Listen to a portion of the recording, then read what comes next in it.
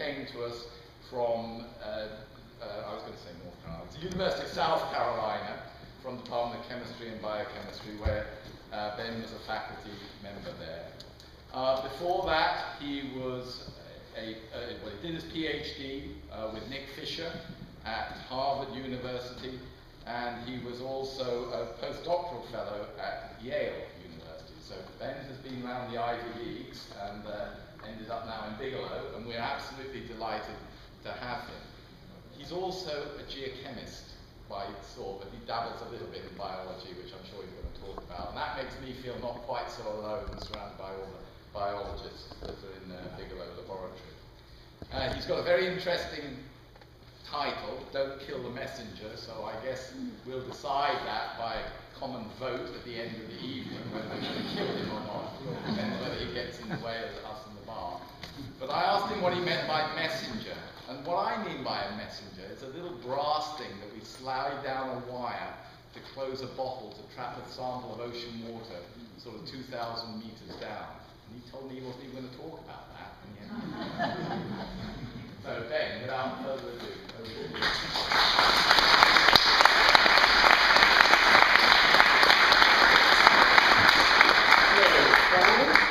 Great. Thank you, Graham. And yes, I'm glad you explained the title. That means that I don't have to. But I guess it is my duty to convince you by the end of the talk that I am not the messenger, but rather the plankton are the messenger. Okay, so I'm going to talk about work that I've been doing to analyze single cells in the ocean in order to understand their chemical environment and changes in the ocean.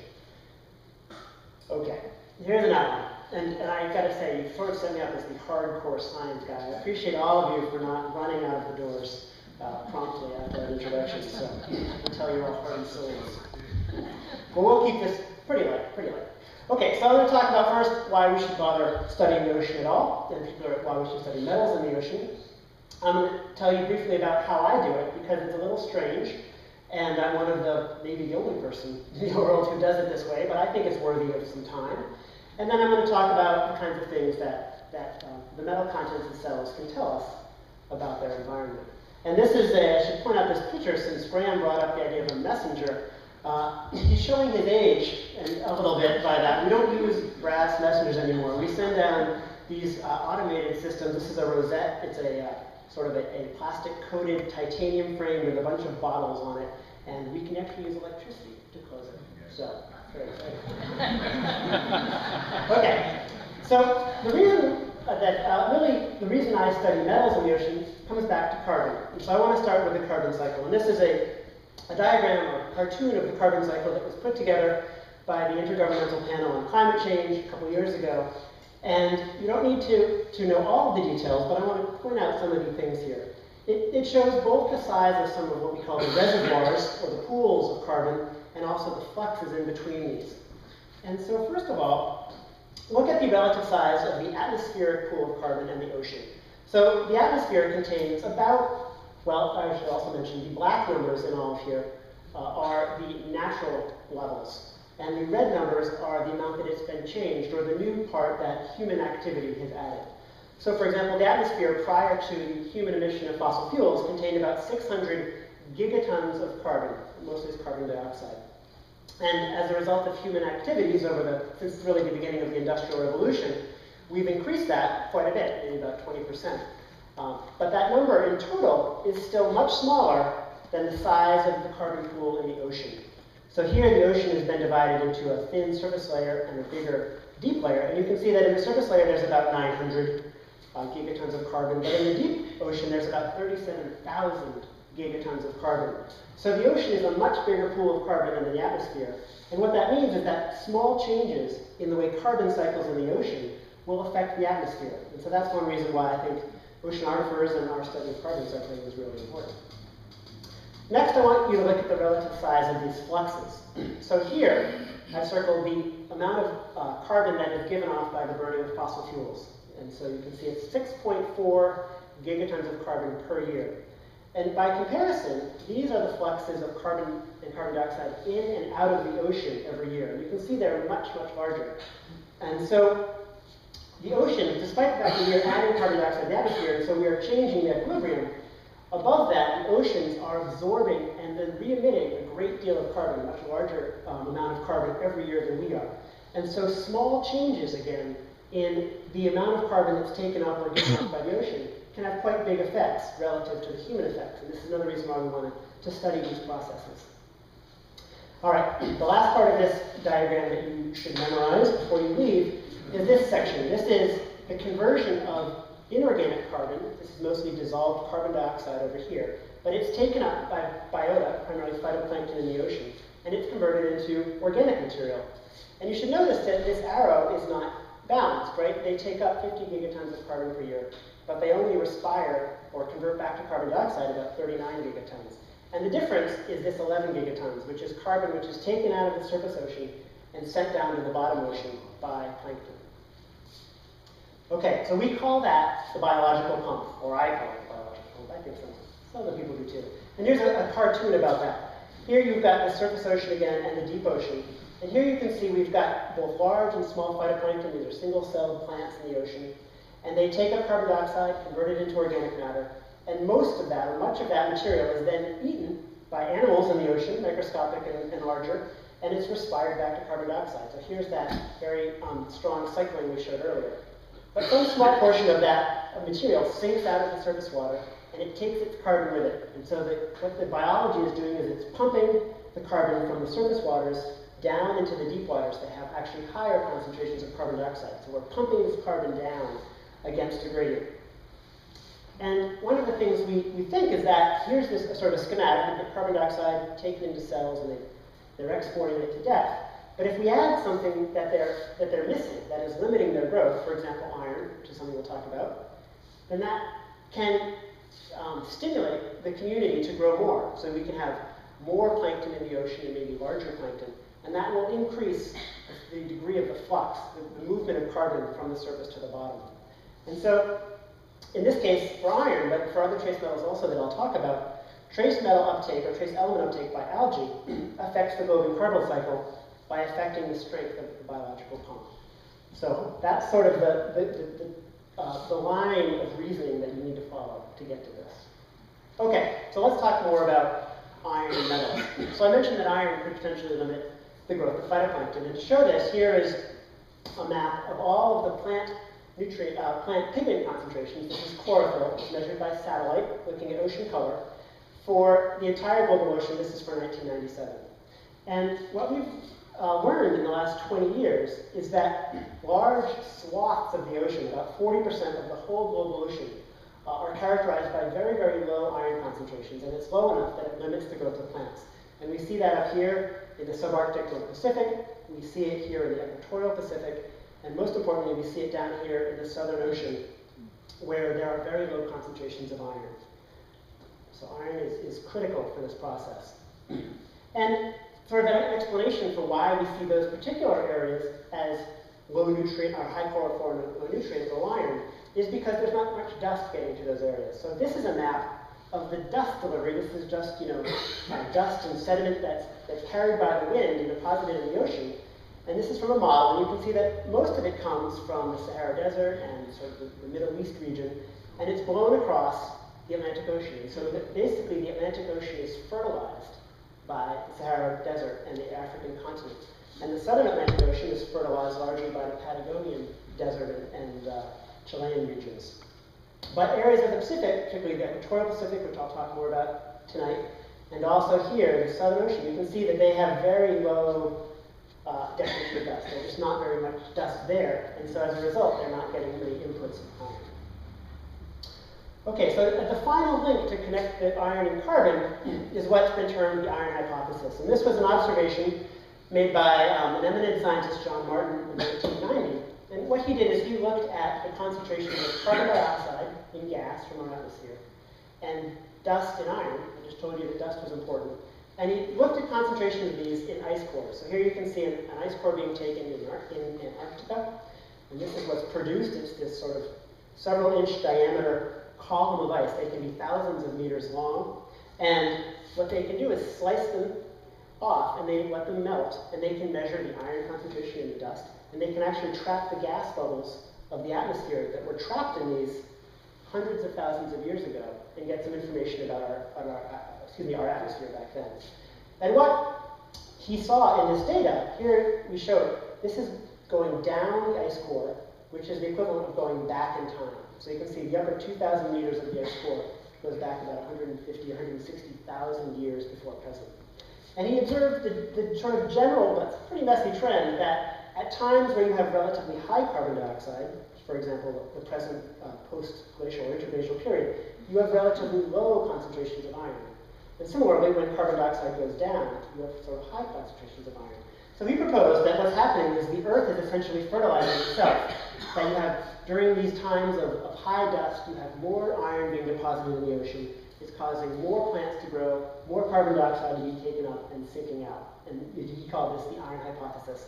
And this has really spurred, much to my benefit, probably 25 years of research looking at the iron cycle in the ocean and trying to discern the details of that.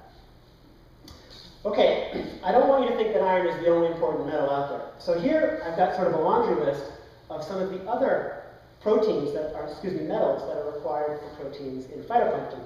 And so here we've got metal, and these are the fancy protein names, and this is the function. You can see there's quite a few iron. This isn't an exhaustive list at all, but quite a few iron proteins. But you can see phytoplankton also require manganese. They require it for photosynthesis, as well as other things. They require copper, zinc, cobalt, nickel, molybdenum, all of these metals. So much like humans, phytoplankton require a balanced diet. Also much like humans, they share many of these proteins with us. So after close consultation with my physician wife last night, we agreed on this list as the list of proteins that are also present in humans. And you can see that there are a number of proteins that are present in humans and in phytoplankton. And so I often say, they're not that different from us. Okay, so we should be kind to the plankton. Okay. The last point I want to make is, in the introduction, is that we want to study the metals partly because they can tell us about metal availability and metal cycling in the ocean, but also because they can tell us about the macronutrient nutrition of phytoplankton. That's sort of a complicated concept. What I've got here is a figure. This is a sort of a hypothetical cell, shown in the circle. And what this is showing is the processes that the cell needs to do. So the cell needs to take up carbon. They take it up as bicarbonate here. And they take it into the cell, and they use an enzyme called carbonic anhydrase that uses zinc. So they need zinc in order to take up carbon.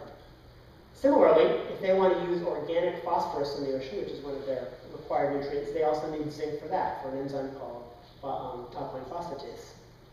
And similarly, if they want to take up an organic form of nitrogen, they need nickel, which is used in the enzyme urease, which we'll talk about a little bit. So by looking at the concentrations of the metals in the cell, we can tell something about their lifestyle, about the way that they're growing in their environment. And that is the messenger. They are the messenger because of the message that they give through their elemental content. Okay, so how do we do this? So traditionally, oceanographers have been really big fans of taking lots of water from the ocean with bottles and pumps and all sorts of gadgets and sending it through filters. And this is an example of that. Here you could take these 3 different filters. You've got a very small filter with very small holes in it. These are 0.45 micron. And you can stack up some larger filters on it, 5 micron holes and 53 micron holes. And so you can collect sequentially bigger or smaller organisms just by passing water through this cartridge. And that does give you some very useful information about the types. You can make some assumptions about the types of particles that will be captured. But I'd argue, I don't know if you can see that. It looks really washed out, doesn't it? Oh well, I'll explain it. There's quite a bit of diversity in those particle assemblages, which you can't see. Gosh, it's really light. So in the large size fraction, there are mesozooplankton, what we call, or mesoplankton, including like copepods, animals, for example, that live up there. In the medium-sized fraction, you've got all sorts of different cells. We've got autotrophic cells and heterotrophic cells, so cells that eat other cells, cells that can create their own food through photosynthesis. And we have fast-sinking cells, cells that might have a mineral shell, like a glass shell, and cells that don't sink very fast because they don't have any shell. And all of those will be captured on this 5-micron polycarbonate membrane, but they all do very different things in the environment. So if we want to understand the roles that these different organisms play in the environment, and if we want to model it in order to predict in the future what will happen, we need to be able to make our measurements on the unit of these individual particles. So the message there is that because the taxonomy, because the type of cells that are present will influence the biogeochemistry, that is the cycling of carbon and iron and other metals, then we need to make our biogeochemical measurements, or our elemental measurements, on the scale of the taxonomy. So, how do we do that? Well, we use an approach called single-cell element analysis, and it's theoretically pretty straightforward. We collect water using, as I mentioned before, very clean techniques. We don't want to contaminate our sample with iron from the ship or iron from the wire. So we use all plastic bottles and non-metal wires. And we collect our samples, and then we spin them, we centrifuge them. We centrifuge the plankton down onto little grids. These are little 3-millimeter discs that are made of gold, and they're covered in a very thin carbon film. You can see a picture of it here. And so the phytoplankton just sit on this film. And we can then take a picture of it. This is a picture taken just with a light microscope. You can see a little dinoflagellate there, a diatom, and this is the edge of the grid you're looking at. And then we can also look at them under blue light, which causes chlorophyll to fluoresce red. And so we can see which of these cells are plants and which are animals, and that sort of thing. We then store them in a very little box, put them in our pocket, wait for a couple months, and when we get back to shore, we can put them in front of a highly focused X-ray beam and then determine the elemental content of each of these individual particles. And this is how we do it. We use something called a synchrotron X-ray fluorescence microprobe. Has anybody here used a synchrotron before? No, not you. Oh, we've got another one, excellent. 2 people, but I know them both, so I'm going to explain it anyway. So we use a facility called the Advanced Photon Source. This is a Department of Energy facility. It's contained in Argonne National Laboratory outside of Chicago. And what it essentially is a large ring around which you accelerate electrons. So it's an electron accelerator, and when you bend the path of an electron, you give off X-rays. So it's a big fancy instrument for generating really, really, really intense X-rays, much more intense than you might be exposed to at the dentist's office, for example. It's quite large. It's about 1 kilometer in circumference. I've put as a scale bar a scaled image of the Roger Revelle, which is a ship that we collected many of our samples on. It's about 300 feet long, so it's much larger than a ship. I'm often asked if you can put it on a ship. You cannot. And here's what it looks like inside. Here we've got, this is a picture looking down the experimental hall, and basically the electrons are going right along here, and then this is one of these beam lines, they're called, that's coming off tangential to the ring. And so the X-rays are actually passing through this tube. Here's a close-up of it. The X-rays come through here. They go into this room, which is built entirely of lead, called a hutch, and you put your samples in there, you close the door, and then you sit at a computer for 4 days and analyze samples. And this is what happens inside the hutch. It's also really, really reached out. So the X-rays come in, they focus them through some optics down to a little spot, which is less than a micron in diameter, and you scan it over the surface of the cell, and you get a 2-dimensional map of the cell. And here is a happy, satisfied synchrotron user. This is my postdoc Jochen, who's here in the audience, one of the 2 people to raise his hand. And you can see Jochen is very satisfied with the performance of his beamline at this moment. Clearly this picture was taken during the day, and not at 2 a.m. when he was frustrated. That's what it looks like to run the synchrotron. Okay, here's what happens. Here we've got an atom. This is how it works. This might be an atom of iron, for example, that's contained inside the cell. And what we're doing is we're hitting these atoms with very, very bright X-rays. And that X-ray causes one of the electrons in the inner orbital, these are one of the inside clouds around the nucleus, to be ejected. It just knocks it out. And when that happens, that inner orbital electron is replaced by one on the outside, because they want to have the lowest energy and these have higher energy. So it drops down into this sort of new position, and that causes it to emit light. In this case, it's X-ray, wavelength light. So it's emitting an X-ray, and we are measuring those X-rays, and each element has a characteristic color or wavelength. So we can tell by the wavelength what element it is and how much of it there is. And this is an example of that. This is the spectrum that we measure. These are all the elements. We can see silicon, phosphorus, sulfur, chlorine, potassium, calcium, manganese, iron, nickel, copper, zinc. They're all present in the cell and their abundance. And so we can measure very precisely how much of the metals are in each cell. We also get 2-dimensional information, as I mentioned. So this is an example of that. This is a cell that we collected from the Southern Ocean off Antarctica. It's about 20 microns, and it has a star shape. It's got a glass shell. It's called a silica flagellate. And you can see that the silicon, this is the silicon map, and it maps right on top of that glass shell. Makes sense. It's made of silicate, or silica, excuse me. And then these other elements, sulfur, which is largely contained in proteins, cysteine and methionine is contained inside the cell. And we see that iron and zinc are largely in the same place as chloroplasts, which is where most of the iron is needed in the cell. So we can look at where the elements are in the cell and get some information about that. We also can get some ecological information. So here are two additional cells that we collected, and neither of these cells is a diatom. Neither of them are expected to have a glass shell. But when you look at the silica distribution, you can see that they both contain silica inside them, which suggests to us that they've actually eaten a silicon-containing organism recently. We don't know how else it would have gotten in there. And so this gives us information just trophically, ecologically, about who's eating who. So there's lots of really interesting information, and I'm going to tell you more examples of that during the talk, of what we can do with this elemental mapping data. Okay, so let's give some examples of that. What can we learn about the environment through these measurements? And I'm going to start, my first example is going to be from the equatorial Pacific Ocean. Okay, so this is a picture of carbon dioxide flux over the entire globe. You notice I like to do things on a global scale. So I've already mentioned that the equatorial Pacific Ocean is a low iron area, right? It gets relatively low dust. But another important characteristic of this area is that it is a place where much of the deep water comes up to the surface after it has been sitting in the deep water for a while. So you can see from here, this color scheme tells you whether the carbon dioxide is going into the ocean or out of the ocean. We've talked about this previously, that there's big fluxes in and out. But these don't happen in the same place. So you can see the pink colors are largely up here, like in the North Atlantic, and in the Northern Pacific, and around the southern latitudes. And this is where carbon dioxide is going into the ocean.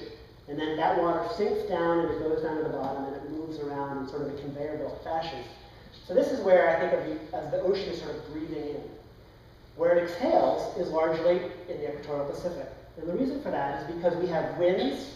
The winds tend to go from east to west across the Pacific equator, so both equators, I guess. And as the wind goes towards the west, the wind in the northern hemisphere tends to move to the right and to the left in the southern hemisphere. And what you get is winds that are pulling water north and south from the equator. And that allows water to move up to replace it. So you have this upwelling of deeper water, which brings with it carbon dioxide-rich water, but also nutrient-rich water. But importantly, not iron-rich water.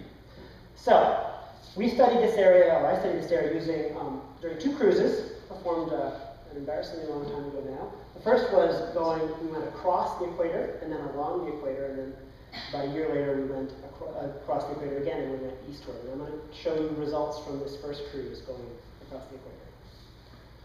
Okay, so what's an example of some responses of metal quotas, or the contents of cells that we see in response to some nutrient gradients here? Well, before you get to that, I need to give you a little more background on this area. So we've told you that the winds, largely go from east to west across the equator. But below the surface of the ocean, you have a current that actually is going from west to east, and this is called the equatorial undercurrent. And so this is moving strongly from west to east, and it's bringing nutrients, including iron, from the Asian continent and the South Pacific Islands across the ocean. And you can see an example of that here. On the top, I show an example of the zonal velocity. I'm sure you're all excited to hear about the zonal velocity tonight. I showed this in the upper 200 meters, and the color scheme shows you the speed of the water. So this red circle here, we're right at the equator. This is 2 degrees south, 4 degrees south, and 2 degrees north, and 4 degrees north. So we're basically sitting on the equator, and you're looking to the west. And what you see is there's this core of eastward flowing water that's coming toward you. That's the equatorial undercurrent. And what happens is that upwells, and then the water spreads to the north and the south. And as it spreads, you get a change in the biological community as it goes. And the result of that is this distribution of ammonia. Ammonia is a nitrogen nutrient in the ocean. And you can see here that there's pools of very high ammonia at 2 degrees north and 2 degrees south around the equator. So here we have it's quite strong nutrient gradients around the equator. And when we look at the metal contents of the cells, we see some interesting trends. And in the interest of time, I'm going to focus on one of them, which is nickel. So we've talked a little bit about nickel.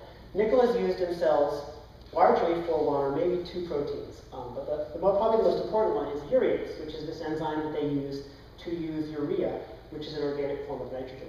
And you can see that I've got two different types of cells here, diatoms, these glass-shelled plants, and non-diatoms. And both organisms increase their nickel content substantially as you move south of the equator. So as the water moves, the cells in the water are taking up nickel and accumulating nickel for some reason. And in particular, we see this in the non-diatoms. We get a 10-fold increase in the amount of nickel in the cells. And what this tells us is that these cells are growing on urea and ammonia, as we see here. So this big increase corresponds to this. And so this tells us something about the lifestyle of the plants in the ocean. It tells us what nutrient they're using, and that gives us information about how they compete with each other for nutrients. We set another example of this when we look along the equator. And so here, we're looking northward. This is the eastern side at 115 degrees west, and here's 140 degrees. And here, instead of looking at the east-west velocity of the water, we're looking at the north-south, the meridial velocity. And you can see that there's parts where the water is going northward across the equator and parts where it's coming back across. And the explanation for this is that we have what we call tropical instability waves moving across the equator. I'm going to share a little movie, because everybody likes movies, showing you this tropical instability wave. So what I'm going to show you is a series of satellite images that were taken of this area. Here's the cruise track that I showed you previously. And it's going to have an image for each day during the cruise. And you're going to see our little ship moving across here. And I'll show you that this instability waves moves across. So what we're looking at here is chlorophyll, because as the wave moves, it mixes up water from below that's nutrient rich and causes phytoplankton to grow. Okay, so click this. Here we go. So here's this wave, and you can see it slowly moves across, and there's our setup. It looks just like that. I have to believe me. So I want you now to focus on one spot. This blue station right here. And what I want you to see, I'm going to play it again. And what I want you to see is that when the boat got to this station, right here, this blue station, it was after there had been a bloom, because we were right behind the tropical instability wave. So let's see if I can show that to you again. So here's the spot right here. And so there's this bloom right here in red. And then the boat arrives, and it's post-bloom. So basically, this is an important thing as oceanographers we always need to keep in mind is that the context of our measurements. When we happen to be in a certain patch of water, it's really important to know what happened before and after at that site before we got there in order to interpret the data. So we know at this station, this is this station right here, 120 West, that we had just followed a short phytoplankton bloom.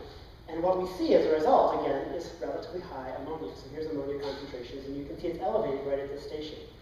And here again, in the non-diatoms, we see this strong elevation in the nickel quota. Interesting, we don't see it in the diatoms. I don't have a good explanation for that, so you're not allowed to ask more about that. Interestingly, we also see quite a substantial drop in the iron quota of diatoms, and actually both groups at that station. And this is likely due to the fact that, again, so the diatoms are using urea, and so they're not using nitrate, which is another form of nitrogen. And to use nitrate, they need quite a bit of iron. So it's possible that they're not using as much nitrate because they're using ammonia, and so that's allowed them to drop down the iron quotas. So I think the take-home point, I know you all want take-home points, is that these elemental measurements give us sort of a fingerprint, even, of the type of environment that the cells are growing in. And they tell us something not only about the metal environment, but also about the macronutrient environment, which is oceanographers we care a lot about. Okay. Another experiment we were able to do in the Equatorial Pacific was to look at the iron storage capabilities of some of these cells that are growing there.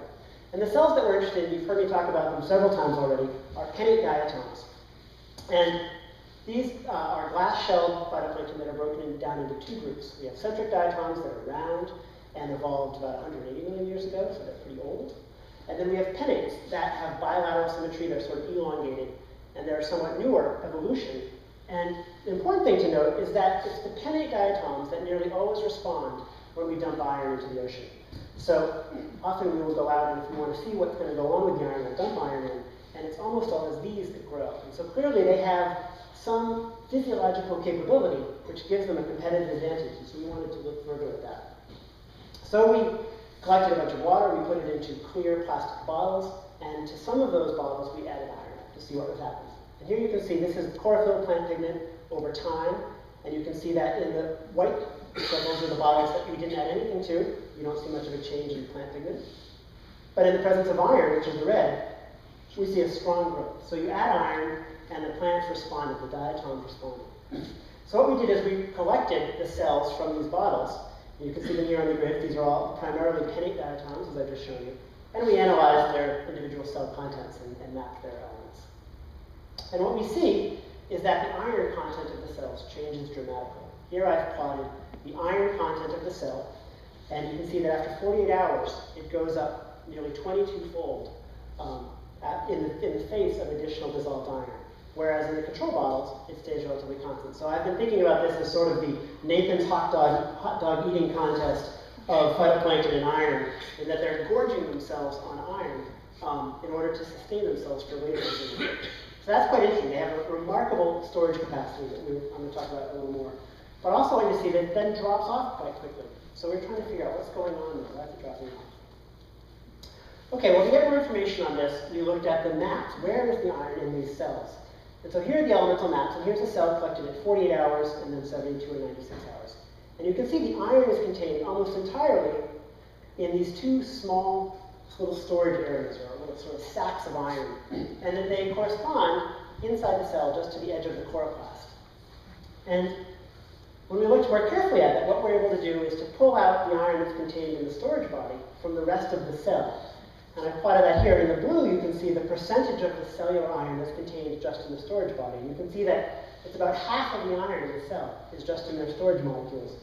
And that over time, as they grow, they then redistribute that through the cell. And you can see that here spatially. Here, it's very tightly packed in the cell. And then over time, they're distributing that iron to support the growth of the cell.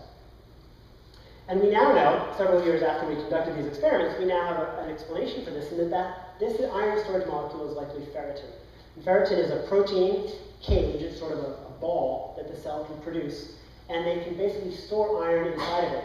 And the key is that pennate diatoms, which I told you are always going to respond, contain ferritin and centrics do not. And so we have some other research in our lab looking into this, but I think this is a really exciting example, and I think one of the first examples of ferritin iron storage in a natural diatom community. Okay, we're going to skip that for sake of time. All right, next example. Now we're going to look at the fate of elements in sinking cells. So we've talked about cells in the upper water column, and I've told you that through the biological pump, it's really important that we look at cells that sink as well. And it turns out that the rate at which these elements in cells are lost from the cells determines how nutrients cycle in the ocean. So we had a chance to do this in 2008, and we had a chance to study an annual spring bloom off the coast of New Zealand. And so here's a picture of that. This is chlorophyll again. Here's, you can see the North and South Island. And we targeted this patch of water, which had been observed to have a spring bloom every September to October within about a 2-week window for the past 10 years. And so we got on a boat here in the North Island in Wellington and went out and found a patch of water, and it was inside of an eddy. So this is sort of a circularly rotating body of water, and so this allowed us to find a patch of water that was sort of contained, and we dropped a drifting buoy into the middle of it, and we followed that buoy over 2 weeks to see what happened. And we were very lucky. We got there right before the spring bloom occurred. And we know that because we can see the traces of the water column structure. So here, we've got time on the x-axis. This is year day, so this is just a day number for the year. This is so that people from New Zealand and America don't get confused with the number of days in a month, which seems to happen.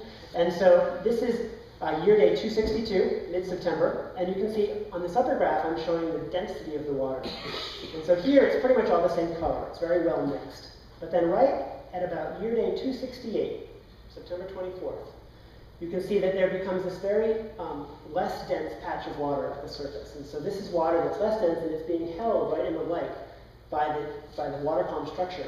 And what we see is a phytoplankton bloom that occurs in this water right here. We can see it here because the water became murkier, but we can also see it just by looking at the water and the cells inside it. And we saw a bloom of this diatom. It's called Astronella glacialis, and it's a pennate diatom, and it forms these beautiful long chains. So each individual cell is attached to the other one, and they form chains, they form these balls. And it's quite striking. They're quite large. Each of these individual cells is about 30 microns long. Big phytoplankton. trust me. So here we can see the blooming, this is the cell concentration, you see the bloom, and then immediately after the cells bloom and become tenfold more abundant, they sink out of the water. And we were very lucky, some might say foresightful, to actually have sediment traps. These are drifting traps that are down in the water that have basically cylinders that are face upward and collect the material as it sinks down. And so we had sediment traps at 100 meters and at 200 meters. And so here's the bloom, and after year day 268, it sank. And so we were able to collect cells both from the surface and from these deeper depths. And of course, analyze them with synchrotron X-ray fluorescence, because that's the best thing to do. And what we see is that the elemental content of the cells changes dramatically as the cells sink. And here, if you look at the black dots and the black lines, you see for phosphorus, and sulfur, and silica, and iron, and zinc, and nickel, that the contents change in just this cell type. So they lose most of their phosphorus just in the upper 100 meters. They lose about 60% of the phosphorus in their cell as they sink. And the same is true for zinc and nickel and sulfur. By comparison, you can see the iron is relatively constant. They only lose about 25% of all of their iron, even by 200 meters. And what we think is happening is not just that the iron is not being lost, but the iron that is lost tends to stick to the outside of the cell drastically. And so the iron is retained by the cell as it sinks. And the result of that is that this water, the water that's left over after the bloom, is relatively depleted in iron relative to the other nutrients, and that's one way to make iron in water. In order to get the mechanism of this, we looked at the two-dimensional distribution of these metals and these elements in the cell. So here we have a cell collected from the surface, and here we have a cell collected from 200 meters. And what we did is we take each individual pixel of this map, and we extract the element concentrations, and we can plot them against each other and look for correlations. And so here is a 30-meter cell, this cell, and it's the concentrations of iron versus sulfur in each pixel. And you can see that they're pretty well correlated. Basically, parts of this cell that have high iron also have high sulfur, and vice versa. Here's the cell from 200 meters, and it's much messier. Basically, this cell has been degraded by bacteria, and so elements have been, or iron has been lost from parts of the cell that haven't lost sulfur, and vice versa. And we can take this information for all of the elements in the cells, for numerous cells, and put it together with a bunch of statistics, and we can actually conclude what's going on in these cells. And this is the cartoon I've got here. So here you've got a sort of an idealized cell on the surface, and here's where we think most of the elements are. And as it sinks, you've got bacteria that release their own enzymes, digestive enzymes, sort of like you've got in your tummy, and they degrade the cell. And so they're degrading the outer membrane, which is made of phosphorus and also contains nickel. They're degrading the nuclear material, the nucleic acids, RNA and DNA. And so their cells are losing phosphorus and nickel and zinc and sulfur. But the iron that comes out, largely from chloroplasts, is sticking back to the cell. And we see that because we see iron associated with silicon in these cells, even in the deep waters. And so again, this gives us an explanation for how iron is retained preferentially on the sinking cells. And it gives us a really unique insight into how these metals are cycling. Okay, one more example before we can go to the bathroom. And this is some new work we've done where we're trying to get three-dimensional images of elements in the cells. And the reason for that, just to go back to this is a pretty picture, but what it's forcing us to do is to take a three-dimensional cell and to just make a two-dimensional picture of it. And so we can't tell if something's in front or in back of another element. What we'd really like to do is know three-dimensionally where the elements are. And so the way we can do that is by taking our two-dimensional map and then rotating the cell a little bit and doing it again, and rotating it a little more and doing it again. And this is exactly what we've done here. So this is a freshwater diatom, but familiar with diatoms, it's a centric diatom. It's called cyclotella.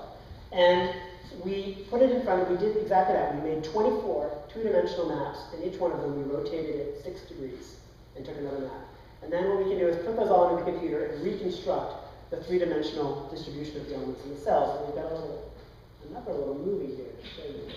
So let's see. So these colors correspond to these elements. So orange is silica, and white is phosphorus, and pink is potassium, and blue is copper. I'll show you where we go.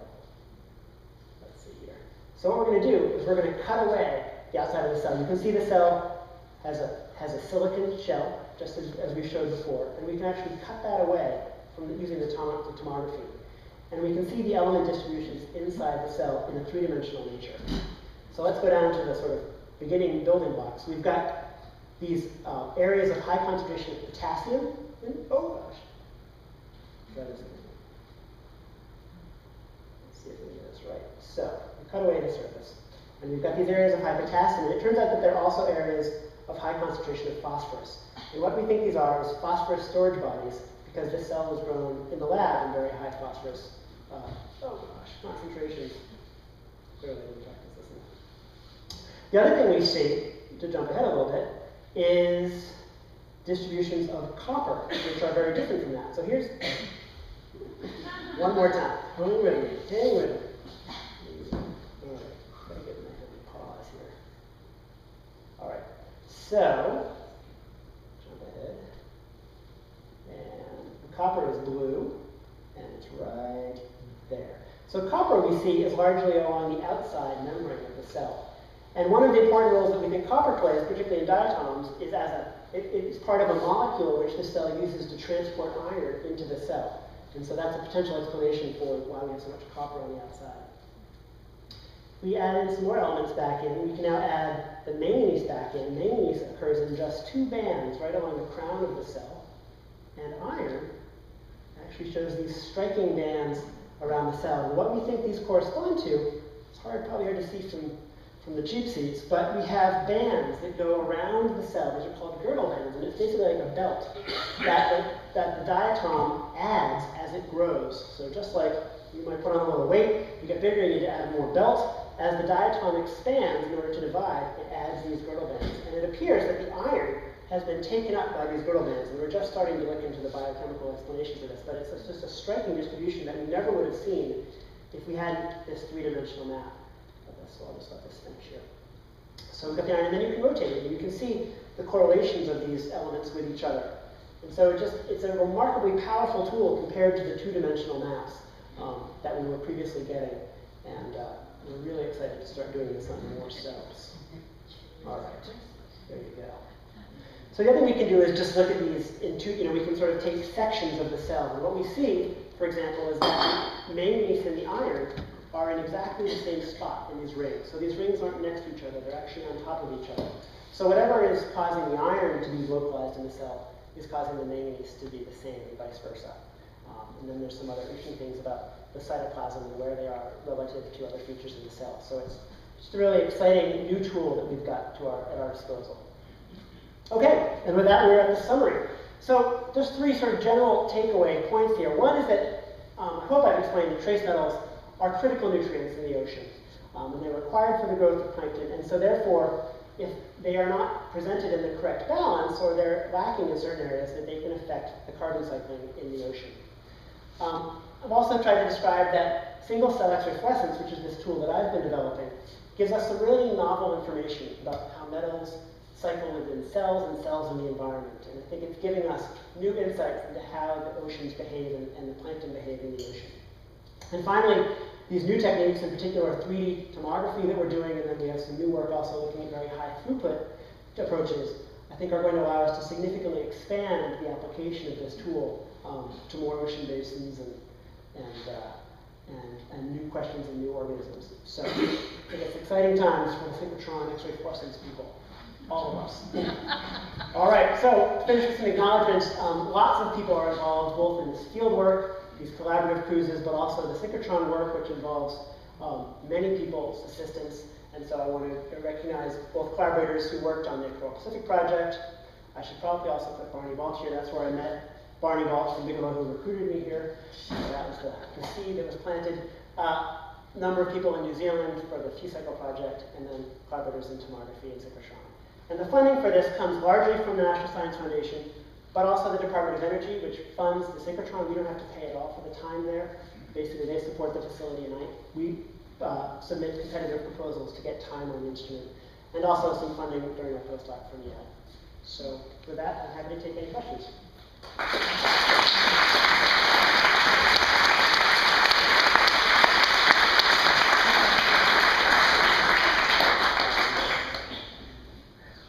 Will do.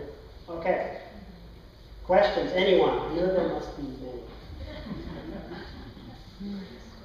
Chris.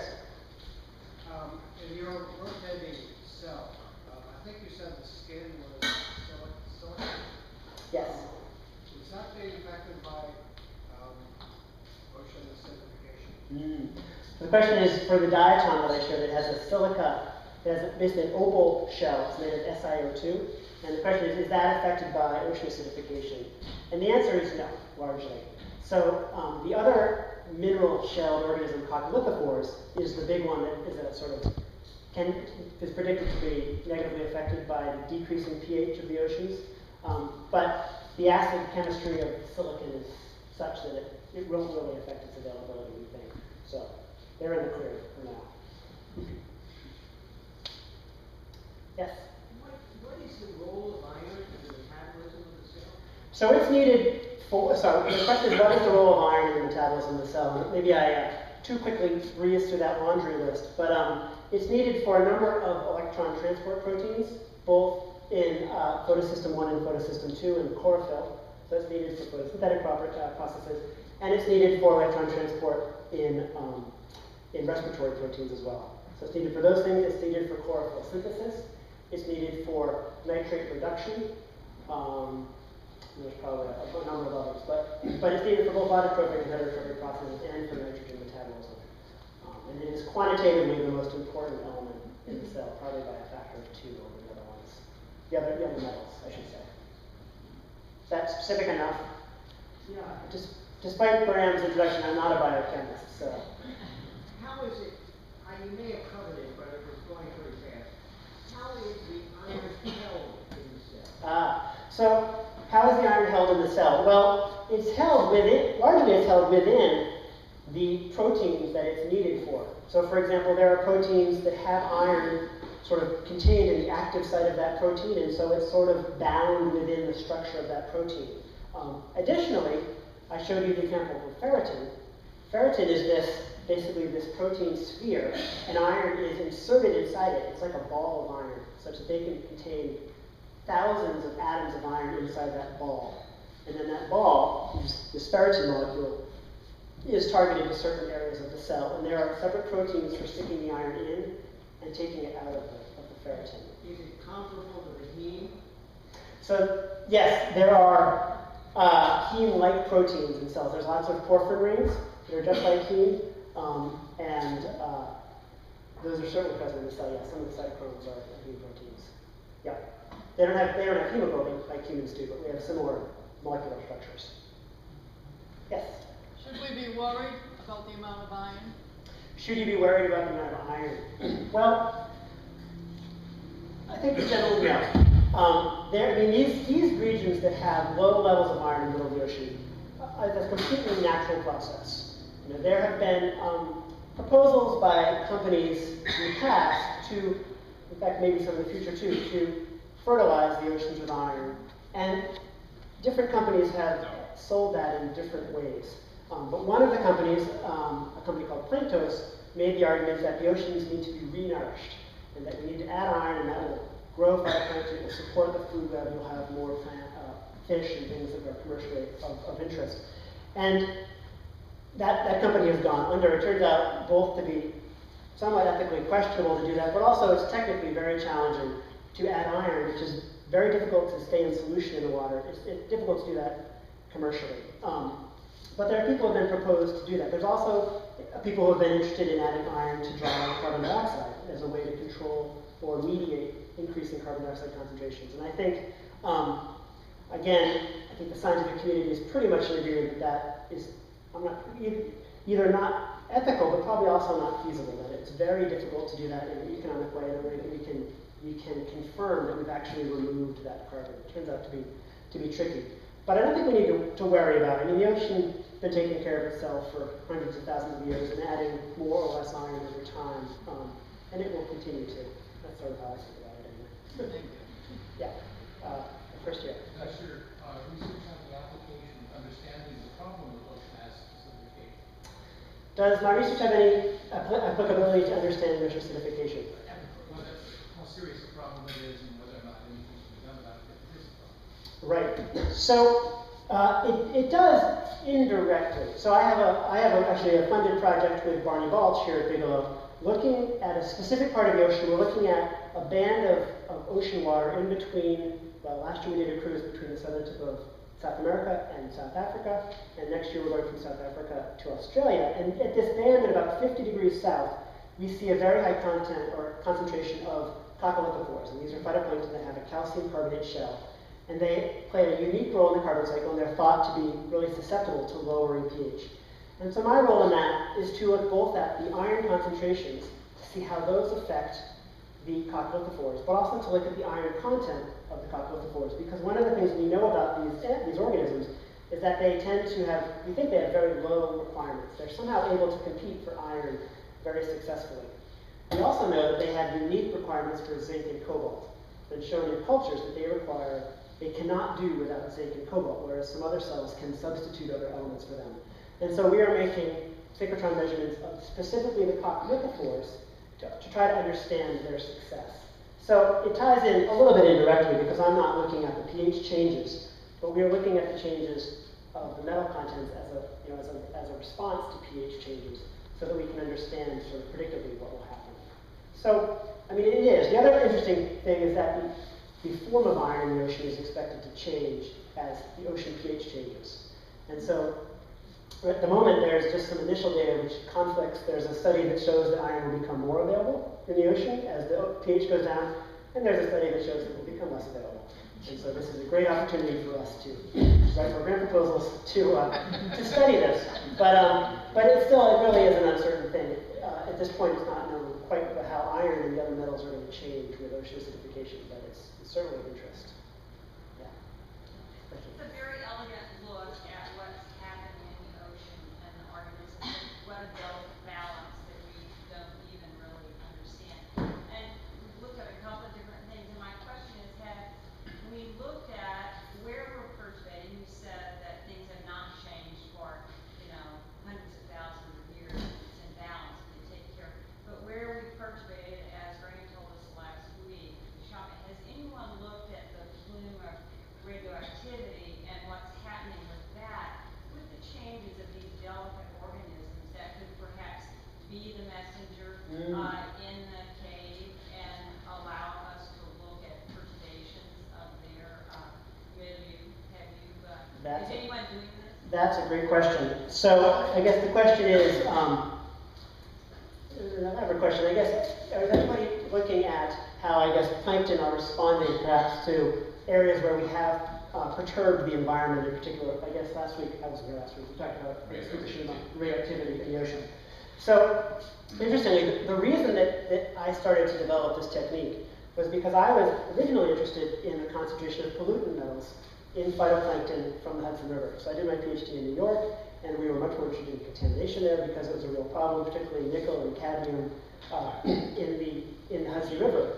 And I wanted to know, of course, if you're interested in these metal plumes getting into fish, for example, that you are interested in consuming, they're going to get into fish primarily from their food, which starts at phytoplankton. And so we were involved in efforts to model the accumulation of these metals up the food chain. And we ran into this point at the bottom of the food chain where the metal initially gets into the organism that we had no data. And so we said, well, let's go look at the phytoplankton in the Hudson River and see what the metal concentrations are. So there is a way to do that. In terms of the radioactivity, our technique doesn't get those particular elements, but there are techniques that could do it, and it's a really interesting question about whether those elements are being accumulated into cells, because that's really when it's of concern, at least from my perspective. Dissolved metals that are, or dissolved, say, radioisotopes like cesium or other things that are produced by radioactive plants, they're not as much of concern until they start getting into the organisms, because then they can be potentially accumulated at the food web. So I don't know if people are looking at it, but it would certainly be worthwhile research. I do know some colleagues who were over there from Woods Hole, speaking of, who were taking samples right away, and I don't know if they took plankton samples as well, but that's a great question. Cesium in particular, which I think is an important product of these radioactive processes, does tend to be bioaccumulated in the cells, so there is a risk there. Yes? All of your sampling appears to be out of the water column. what do you find in the muds at the bottom of the ocean? So the question is, all of the samplings from the water column, what do we find in the muds? Well, my answer is that I don't go into the muds. I'm a water column guy. Can't you tell? It's a great question, and in fact, I'm sort of laughing. So my postdoc Yoka, who I showed that picture of, comes more from that field of sediment geochemistry. And there's lots of interest in that. I mean, the metals are cycling in their own way. There's lots of redox changes in the sediments. But I came at this very much from the phytoplankton perspective, from the plant perspective. And of course, most of the sediments are deep enough that they don't get any light, so you don't grow them. So the plants largely are up on the top. But when those plants die, don't they wind up in the bottom? You got it, yep. Some small portion of the plants end up in the bottom. That's why we get coal and oil. And there's a lot of interest in the elemental cycling in the sediments. So maybe Jochen or others can look more into that. But I've decided to draw the line, getting muddy. But I mean, there are lots of interesting questions, but they are fundamentally sort of different questions in some ways, because you're in an area of very abundant metals usually, as opposed to very depauperate metals. So it's an interesting contrast. Yes. What is the effect of global warming on the dissolution of these elements? Good question. What's the effect of global warming on the distribution of these elements? Well, we've talked a little about ocean acidification, which is one of the global change effects. In terms of warming, one of the things we expect, or the models predict, is that the ocean water column will become more stratified as you get warmer waters. And so you'll have basically a sharper density gradient between the surface layer and the deep layer that has most of the nutrients. And so one of the ideas is that you may have fewer inputs of nutrients, including many of these metals, from below, and that will change nutrient cycling. But there's probably also going to be changes in the delivery through dust. So I showed you the map of dust deposition, and as we have desertification and increasing aridity in some areas, then there's likely to be increased dust storms and maybe increased inputs. So there's not an easy answer for that. It's likely to be different in different places, but we certainly do expect changes. I should also add another project I'm involved in is looking at icebergs that come off of Antarctica. And icebergs are a source of iron to the ocean, and icebergs are becoming more abundant. So there's lots of different aspects of the global climate system that are going to change, and some go up, some go down, and some of the devil's in the details, but we do expect changes. Oh, last question, sure. Yeah, I was wondering, there's the issue of agricultural runoff, and I was wondering if you would put that in your mud category. and is anyone addressing that? Good question. So the question is the issue of agricultural runoff, and does that fall below my radar screen or not? I have done, after the work we did in the Hudson River back during my graduate work, I have done very little work in coastal areas, and it's not for lack of interest at all. It's largely been I've been sort of taken by this other question, which has kept me very busy, and I haven't sort of gotten back to the local area. But I think it's certainly a worthy area of research. In terms of the metals, we expect most of the metals that I've talked about are in relatively abundant supply in coastal areas. And so there are different questions. But in terms of agricultural runoff, there we're looking largely at nitrogen and phosphorus nutrients. And one of the nitrogen nutrients that we see is ammonia, which I've talked a little bit about. And I was interested, there's an undergraduate ROU student at Bigelow this summer who's looking at urease activity. We talked about urease today. And they're looking at urease activity in coastal phytoplankton. And there's an idea that some of the harmful algal species that we see, particularly here in Maine, may be able to very readily use some of these organic nutrients that are run off, particularly urea. So there's definitely a connection. I would love to look at nickel concentrations in these cells and see if we see the same connection. So there's lots of fertile ground, so to speak, for research. But I haven't done it yet. So. Well, thank you very much.